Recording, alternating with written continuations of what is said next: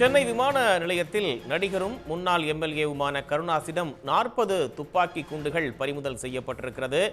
40 துப்பாக்கி குண்டுகள் பறிமுதல் செய்யப்பட்டதை அடுத்து கருணாஸின் பயணத்தை பாதுகாப்பு அதிகாரிகள் ரத்து செய்திருக்கிறார்கள். சென்னையிலிருந்து திருச்சி செல்லக்கூடிய இண்டிகோ விமானத்தில் அவர் செல்ல இருந்ததாக கூறப்படுகிறது. இந்த நிலையில் விமான நிலையத்தில் கருணாஸினுடைய கைப்பையை அதிகாரிகள் ஸ்கேன் செய்த போது எச்சரிக்கை அலாரம் ஒலித்ததால் பரபரப்பு ஏற்பட்டிருக்கிறது. எச்சரிக்கை அலாரம் ஒலித்ததால் அந்த கைப்பையை சோதனை செய்தபோது அதில் 40 துப்பாக்கி குண்டுகள் இருந்தது கண்டுபிடிக்கப்பட்டது. துப்பாக்கி உரிமம் தன்னிடம் உள்ளது என்று ஆவணங்களை அதிகாரியிடம் காட்டியிருக்கிறார் கருணாஸ். சென்னை விமான நிலையத்தில் நடிகரும் முன்னாள் எம்எல்ஏவுமான கருணாஸிடம் 40 துப்பாக்கி குண்டுகள் பறிமுதல் செய்யப்பட்ட சம்பவம் பரபரப்பை ஏற்படுத்தி இருக்கிறது. இதையடுத்து அவருடைய பயணம் என்பது பாதுகாப்பு அதிகாரிகளால் ரத்து செய்யப்பட்டிருக்கிறது. சென்னையிலிருந்து திருச்சி செல்லக்கூடிய இண்டிகோ விமானத்தில் அவர் பயணம் மேற்கொள்ள இருந்த நிலையில் அவருடைய கைப்பையை அதிகாரிகள் சோதனை செய்த போது அதில் எச்சரிக்கை அலாரம் ஒலித்ததால் பரபரப்பு ஏற்பட்டிருக்கிறது.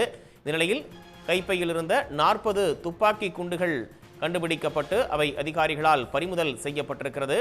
தன்னிடம் துப்பாக்கிக்கான உரிமம் உள்ளது என்று அதற்கான ஆவணங்களை அதிகாரிகளிடம் அவர் காட்டியிருப்பதாகவும் தகவல்கள் வெளியாகி இருக்கிறது.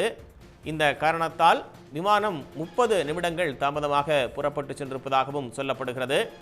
கருணாஸிடம் 40 துப்பாக்கி குண்டுகள் பறிமுதல் செய்யப்பட்ட சம்பவம் என்பது பரபரப்பை ஏற்படுத்தி இருக்கிறது.